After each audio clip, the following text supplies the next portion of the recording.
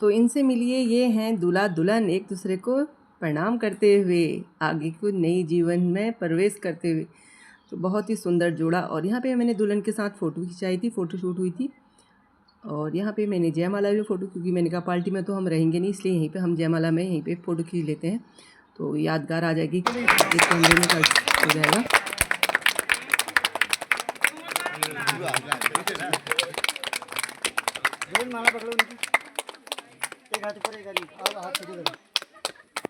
Hello दोस्तों, तो blog का तीसरा भाग आ चुका है। तो हम भी रेडी हो चुके थे और जैसे कि आपको बताया था हम थल में ही रुके हैं, यहाँ हमने रूम लिया था। तो रेडी हो चुके पूरे, मार्केट में ही था होटल, तो वहीं पे हमने रूम लिया था। तो अब चलते हैं थल की मार्केट से अंदर को। ये थल की मार्केट है। और अभी हमें देवर जी से बात हुई, यानी कि दूल्हे राजा से। उन्होंने कहा उनको आने में थोड़ी एक घंटा लगेगा। तो कन्याल जी बोले चलो हम चलते हैं, आगे आगे रुकेंगे, कहीं पे अच्छी जगह होगी तो वहाँ पे बैठ जाएंगे, फ़ोटो शूट करेंगे। तो हमने कहा चलो फिर हम चले थल के पुल से आगे आगे। और मौसम यहाँ का क्या कहें आपको, मौसम बहुत ही सुंदर सुहाना मौसम हुआ था। एसी की भी ज़रूरत थी कमरे में, यहाँ गाड़ी में। और यहाँ पे हम रुके, थोड़ी देर वेट किया, क्योंकि यहाँ पे हमने कम से कम आधा घंटा वेट किया था। और फिर दूल्हे राजा की गाड़ी हमें ऊपर से दिख रही, कि हम टॉप में खड़े हुए थे, नीचे डाउन था, तो वहाँ पे हमें दिखी दूल्हे राजा की गाड़ी आ चुकी थी वो। और हम संग संग चलते रहे। बस यहाँ से थोड़ी दूर और है, कह रहे थे दूल्हे राजा, क्योंकि वो तो 2-3 बार जा चुके ना, उनको पता है। और यहाँ पे आगे आगे तो रोड अच्छी थी, और फिर कच्ची रोड पड़ गई हमको यहाँ पे। और धूल धक्कर क्या कहें, कितनी धूल। आगे आगे गाड़ी चली, पीछे पीछे हम, कभी वो हम आगे कभी वो पीछे। तो इसी तरह हम दुल्हन के आसपास पहुँचने वाले हैं, बोल रहे थे भैया बस। और उनका घर भी, दुल्हन का भी रोड के ही बगल में ही है घर। और तो यहाँ पे दुल्हन का घर में पहुँच चुके थे हम। इनने अपने घर के ही वहाँ पे चाय पानी का इंतज़ाम किया था। और अब क्या कहें आपसे, अब पहाड़ की जैसी में जगह में रास्ते तो ऐसे ही रहते हैं, छोटा सा रास्ता था चलने लायक, बस। तो कहाँ से डांस करके जाते, नीचे जाना था हमको उनके घर में। तो इनके घर के ऊपर रोड है, तो वहीं पे चाय पानी का किया था इंतज़ाम। तो यहाँ से फिर हम नीचे को उनके घर की ओर चले। देखो छलिया वाले क्या कितना सुंदर डांस कर रहे थे, जो हमारी पहाड़ की संस्कृति, हमारा कल्चर दर्शाता है। ये जो छलिया वाले चलते हैं बारात में। और यहाँ पे देखो एक छोटा सा बस 2 जनों के लिए चलने का रास्ता था। तो उसी तरह हम यहाँ पे खड़े हुए थे, कि देखिए आप समझ सकते हैं रास्ता कितना बड़ा चौड़ा था, कितना ही रास्ता था। तो मैंने सोचा डांस करूँगी हल्का फुल्का, क्योंकि मुझे भी ज़्यादा छलिया में डांस करना नहीं आता है। क्योंकि लगे तो उसमें कर लो, पर छलिया में नहीं आता है। थोड़ी बहुत तो आ ही जाता, कोई बुरा नहीं होता। तो कहाँ से यहाँ पे जगह नहीं थी, तो यहाँ पे दुल्हन के पक्ष पे यहाँ पे पहुँच गए थे, गेट के वहाँ पे। यहाँ पे कलश का था, तो कैमरा वाले भैया का इंतज़ार हो रहा था। कैमरा वाले भैया नहीं पहुँचे थे। गेट के यहाँ पे हम खड़े थे, यहाँ पे इतनी तेज़ धूप लगी थी, और यहाँ पे हम खड़े थे धूप में। दूल्हे राजा का थोड़ा सही था, छाता में थे, और यहाँ पे छले वाले डांस कर रहे थे।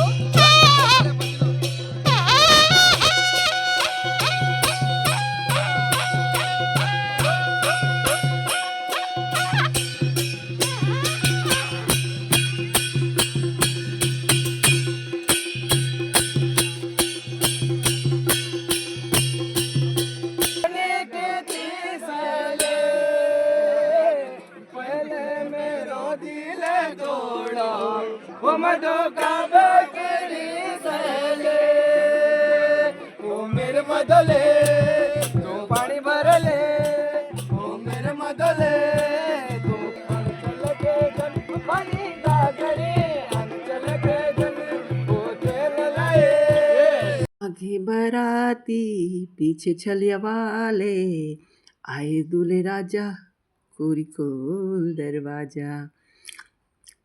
तो यहाँ पे देखो दुल्हन की बड़ी सिस्टर हैं और यहाँ पे उनकी बहनें हैं, चचताओं के लड़के हैं। और यहाँ पे वेलकम के लिए हमारा देखो कितना प्यारा रिबन लगा रखा है। अब इनको दूल्हे राजा कट करेंगे और जो ये पैसे मांगेंगे वो देना पड़ेगा, यानी कि हमारे देवर जी को।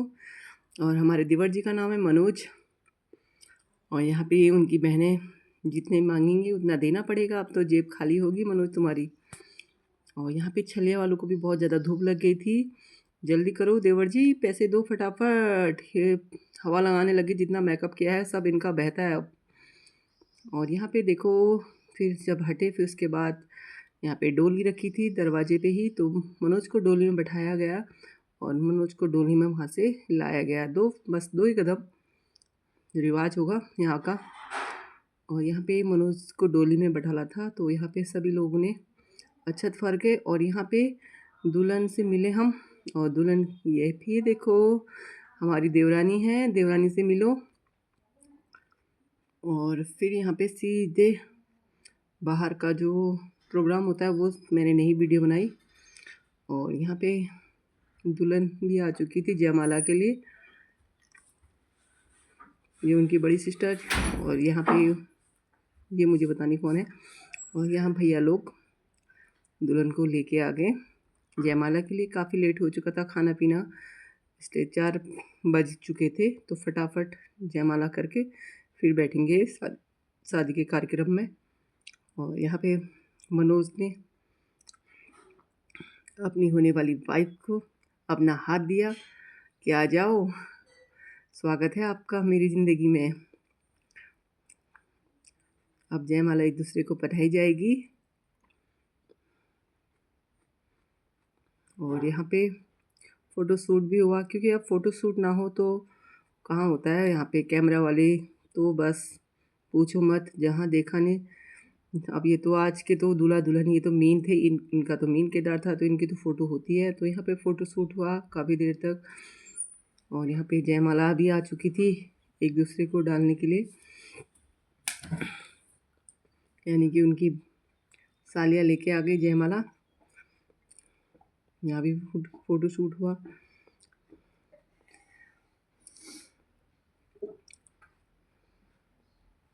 बहुत ही सुंदर लग रहे थे देवर देवरानी। ये हमारी कितनी नाइस जोड़ी है दोनों की। मनोज बिल्कुल ये पहनाई जयमाला, देवरानी जी ने देवर जी को, फिर देवर जी ने देवरानी को जयमाला पहनाई। तो एक दूसरे के फूलों में मालाओं में हाथ लगाते हुए यहाँ पे इस तरीके से जयमाला हो। और एक दूसरे को प्रणाम किया इनने। पहले प्रणाम होने चाहिए, बाद में प्रणाम किया, पहले जयमाला हो गई इनकी। और यहाँ पे फिर ये सीधे बैठे हैं शादी में। ओम विराजो दुहज विराजो दुहमसिया मही पा जाए विराजो दुह। जो है आप सुनिए। पहले बाम पैर बाद में दाएं। ओम वर्णो शिक्षा वर्ण शिरण सब संतो इसको देवता को प्रवेश है, इसको दाहिने आसन में डाल। पहले बाएं डाला था, अब दाहिने में डाल। अर्घो अर्घो अर्घ।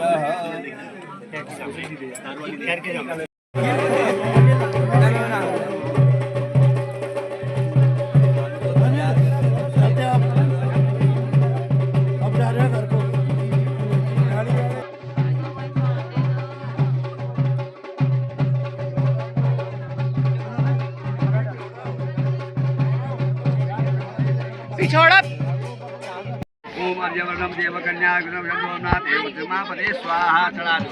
अब पीछे जाओ, दूसरी मुट्ठी पकड़ो, एक कदम आगे आओ, अब रुक जाओ।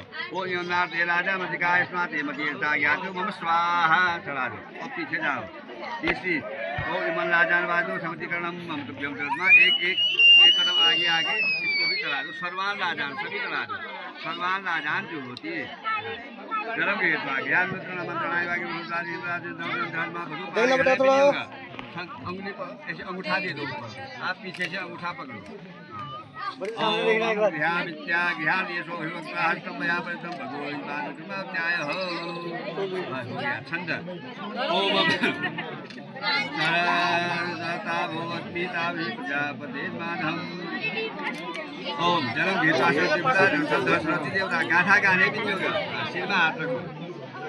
वर्जी हाँ वर्जी हाँ ओम यस्या भूतां तस्मात् गच्छामि तस्मात् छन्द ओम राजस्माकं नथारुणं यद्वासतं गोदिवासतः विद्वासतः पश्चिमसतीवसतः वियोगः आय इसमें हाथ रख दो हेलो हेलो मैं प्यार करूँ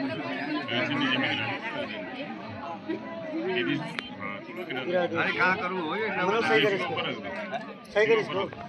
तो यहाँ पे फेरों के लिए खड़े हो गए हैं। तो यहाँ पे फेरे पढ़ने लग गए हैं और पहला वचन स्टार्ट हो गया है। पंडित जी ने तो नहीं बताया, पंडित जी से पूछा भी हो, कह रहे लेट हो रहा है वैसे ही, क्योंकि देर काफ़ी हो चुकी थी। क्योंकि 4 बजे के बाद या मान के चलो 4:30 बजे के बाद यहाँ पे कार्यक्रम स्टार्ट हुआ। तो फटाफट दूर की बारात है, जल्दी जल्दी बस थोड़ी पहले ही देर लगती है फ़ोटो खींचने में, जयमाला खाना खाने तक। उसके बाद तो बस जब शादी में कर्म में बैठ गए तो फटाफट हो जाता है। तो अभी चालू ही देखो फटाफट हो चुका था, यानी कि को शॉर्टकट पंडित जी को भी फटाफट करने की होती है। और यहाँ पे मैं भी बैठी थी। यहाँ पे बुआ जी, ये जो हमारे बगल में बैठी थी वो उनकी बुआ जी की बेटी है, और मेरे आगे से जो बैठी थी वो दूल्हे की बहन है। कन्याल जी भी बैठे थे, यहाँ ताऊ जी भी बैठे थे, ये दुल्हन का भैया।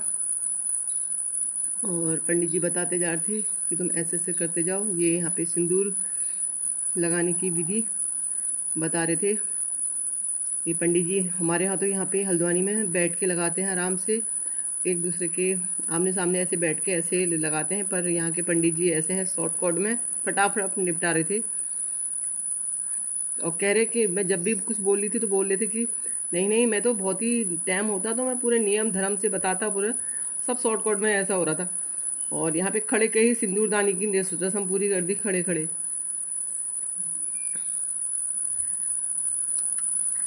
यहाँ पे मैंने बहुत सी चीज़ें ऐसी देखी जो अलग अलग तरीके से, मतलब उससे बाद में होना चाहिए वो पहले हो जा रहा था। ऐसी कुछ चीज़ें देखी हमने। और जल्दबाजी का वो है, क्योंकि समय नहीं था इतना और इतनी दूर जाने था।